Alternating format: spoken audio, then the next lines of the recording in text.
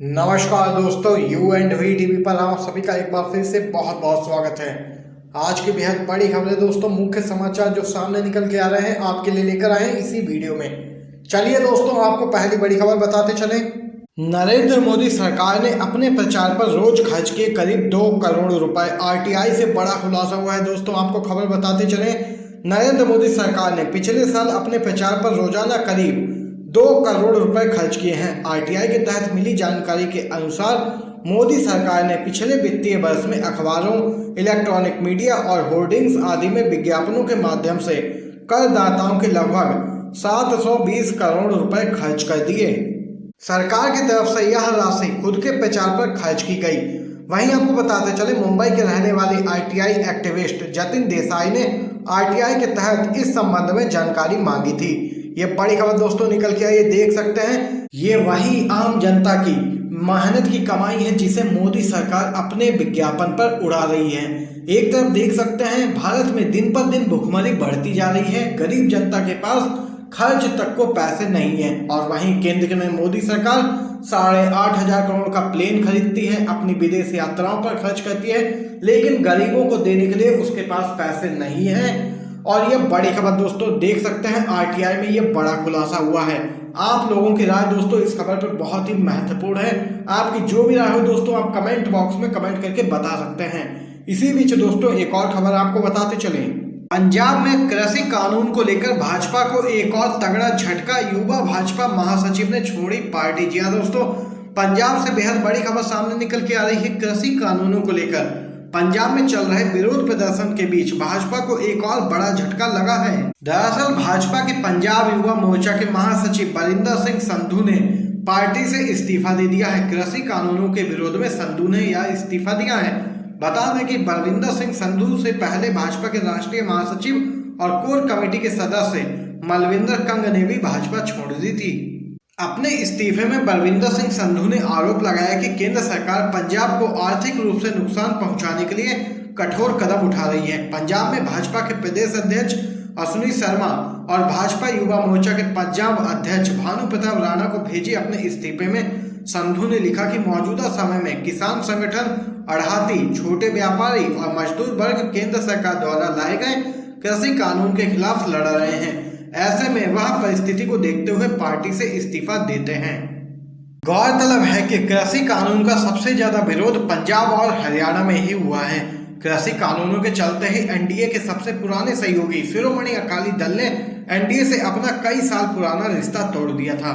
ये बड़ी खबर निकल के आई, बीजेपी को लगा है पंजाब में एक और बड़ा झटका। इसी बीच दोस्तों एक और खबर जान लेते हैं। मोदी के कृषि कानून पर राहुल गांधी का वार, बोले देश के किसानों ने मांगी मंडी, पीएम मोदी ने थमा दिया भयानक मंदी। आपको बता दें दोस्तों, कांग्रेस नेता राहुल गांधी ने कृषि और कृषि व्यापार से संबंधित केंद्र सरकार द्वारा लाए गए 3 कानूनों को लेकर लगातार प्रधानमंत्री मोदी पर निशाना साधा हुआ है।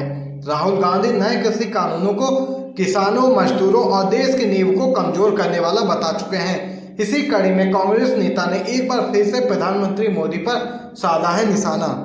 राहुल गांधी ने ट्वीट के जरिए हमला बोलते हुए प्रधानमंत्री मोदी के लिए कहा है कि देश के किसानों ने मांगी थी मंडी, पीएम ने थमा दी भयानक मंदी।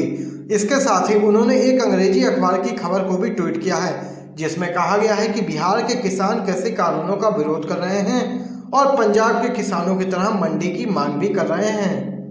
राहुल बोले, देश में किसान की हालत के बारे में सभी को जानकारी है। किसानों की आत्महत्या की खबरें मिलती रहती हैं।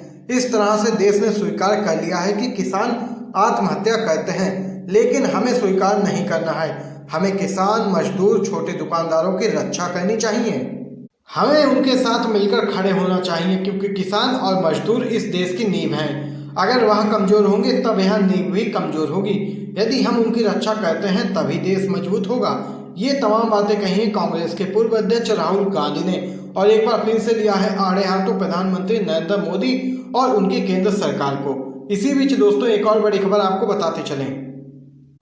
लव जिहाद पर ओवैसी बोले, योगी आदित्यनाथ आर्टिकल 21 का करें अच्छे से अध्ययन। आप सभी को दोस्तों बताते चले, एआईएमआईएम प्रमुख ओवैसी ने एक बार फिर से उत्तर प्रदेश के मुख्यमंत्री योगी आदित्यनाथ पर निशाना साधा है। ओवैसी ने कहा कि लव जिहाद पर योगी जी आर्टिकल 21 का अच्छी तरीके से अध्ययन करें। अगर जानकारी नहीं है तो अच्छे वकील से जानकारी लें। वे मनिहारी विधानसभा क्षेत्र के पार्टी प्रत्याशी की चुनावी सभा में अपनी रैली को संबोधित कर रहे थे। वहीं आगे प्रधानमंत्री मोदी पर निशाना साधते हुए ओवैसी ने कहा कि मोदी कहते हैं कि सबका साथ सबका विकास, लेकिन है इसका उल्टा, सबका साथ सबका विनाश हो रहा है। ये बात कही है ओवैसी ने। आगे ओवैसी ने कहा कि 15 वर्षों से बिहार की जनता को नीतीश कुमार ने विकास के नाम पर सिर्फ ठगा है और कोई भी विकास बिहार में नहीं हुआ है। ओवैसी ने कहा कि बिहार की जनता को नीतीश कुमार ने बेहाल छोड़ दिया है। बिहार में डबल इंजन की सरकार है।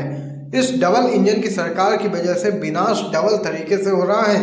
उन्होंने कहा कि बिहार में विद्यालय हैं लेकिन शिक्षक नहीं, अस्पताल हैं लेकिन डॉक्टर और दवा नहीं। यह बड़ी खबर निकल के आई दोस्तों AIMIM के प्रमुख ओवैसी की तरफ से। इसी बीच एक और खबर जान लेते हैं। थक चुके हैं नीतीश कुमार, इस बार उनकी विदाई तय। तेजस्वी यादव का CM नीतीश कुमार पर जोरदार हमला। खबर दोस्तों आपको बताते चलें, बिहार विधानसभा चुनाव के मद्देनजर प्रमुख राजनीतिक दलों के नेताओं के बीच लगातार आरोप और प्रत्यारोप का दौर जारी है। इसी बीच बिहार के पूर्व उप मुख्यमंत्री और राष्ट्रीय जनता दल के नेता तेजस्वी यादव ने एक बार फिर से मुख्यमंत्री नीतीश कुमार पर निशाना साधा है। उन्होंने कहा कि नीतीश कुमार थक चुके हैं।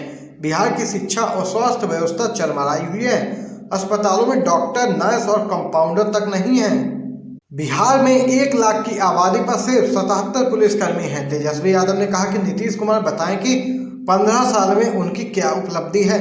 हम बिहार की जनता से इसलिए मौका मांग रहे हैं ताकि नीतीश जी ने 15 सालों में जो नहीं किया वो हम कर सकें।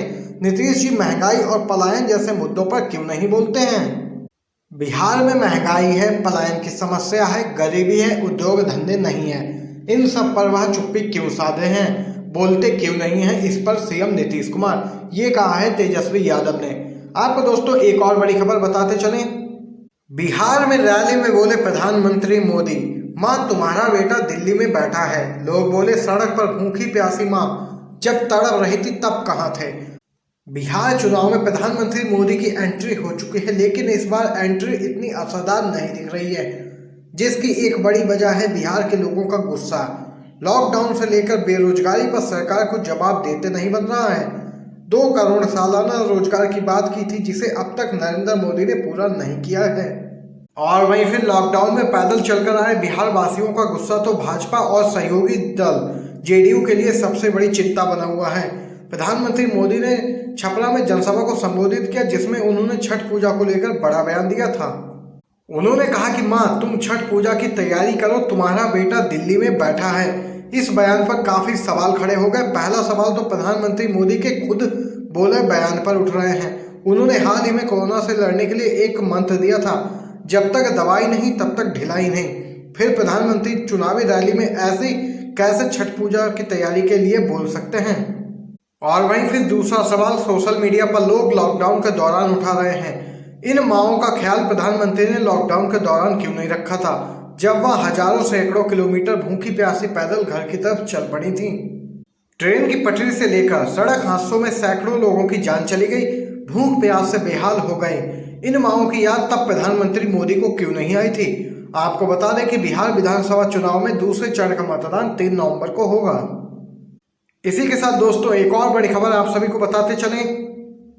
बड़ी खबर दोस्तों इस समय की निकल के आ रही है। बाबरी मस्जिद विध्वंस केस पर फैसला देने वाले जज की सुरक्षा बढ़ाने से सुप्रीम कोर्ट का साफ इनकार। आपको दोस्तों बताते चलें, सुप्रीम कोर्ट बाबरी मस्जिद विध्वंस के क्रिमिनल केस का फैसला देने वाले जज SK यादव की सुरक्षा बढ़ाने से इनकार कर चुका है। गौरतलब है कि इससे पहले सुप्रीम कोर्ट ने जज SK यादव को सुरक्षा दी थी, साथ ही उनके रिटायरमेंट को भी फैसला सुनाने तक बढ़ा दिया था। बीते दिनों बाबरी विध्वंस केस में फैसला आया भी था, जिसमें लाल कृष्ण आडवाणी समेत सभी आरोपी बरी हो गए थे। इसी के साथ दोस्तों एक और बड़ी खबर जान लेते हैं। JDU के सांसद अजय मंडल का ऑडियो हुआ वायरल। कार्यकर्ता से बोले बीजेपी के खिलाफ करो प्रचार।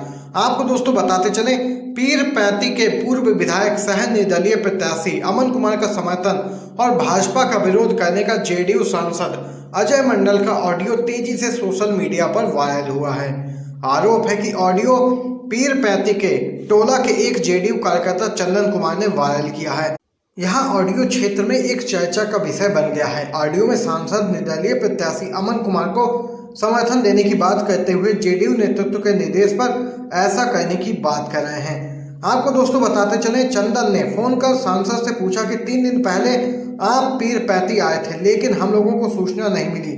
उसने पूछा कि चर्चा है कि आप निर्दलीय प्रत्याशी अमन कुमार को समर्थन दे रहे हैं। इस पर सांसद ने कहा कि हाई लेवल से भाजपा का विरोध करने का निर्देश है, क्योंकि जहां भी जेडीयू का उम्मीदवार खड़ा है वहां भाजपा के इशारे पर एलजेपी ने अपना उम्मीदवार खड़ा कर दिया है, जो कि एक साजिश है। तो देख सकते हैं दोस्तों, जेडीयू सांसद अजय मंडल का ऑडियो हुआ वायरल। कार्यकर्ता से बोले बीजेपी के खिलाफ प्रचार करो, हाई लेवल से ऐसा ही ऑर्डर है। ये बड़ी खबर दोस्तों निकल के आई है। इसी के साथ एक और खबर जान लेते हैं।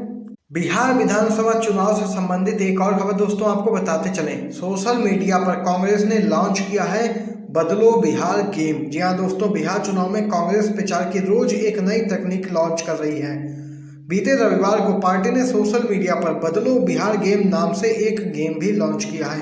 कांग्रेस का मकसद इस गेम के जरिए जेडीयू और भाजपा सरकार की गड़बड़ियों की ओर जनता का ध्यान आकर्षित करना है। पार्टी का आरोप है कि राज्य की भाजपा और जेडीयू सरकार ने रोजगार मांग रहे युवाओं पर लाठी भांजी थी। युवाओं को चुनाव के वक्त आने पर उन बातों को याद दिलाने के लिए पार्टी ने यह गेम लॉन्च किया है। इस गेम में भाजपा और जेडीयू के शासनकाल में जिन तमाम कुव्यवस्थाओं को बिहार ने झेला है उसे याद दिलाया गया है।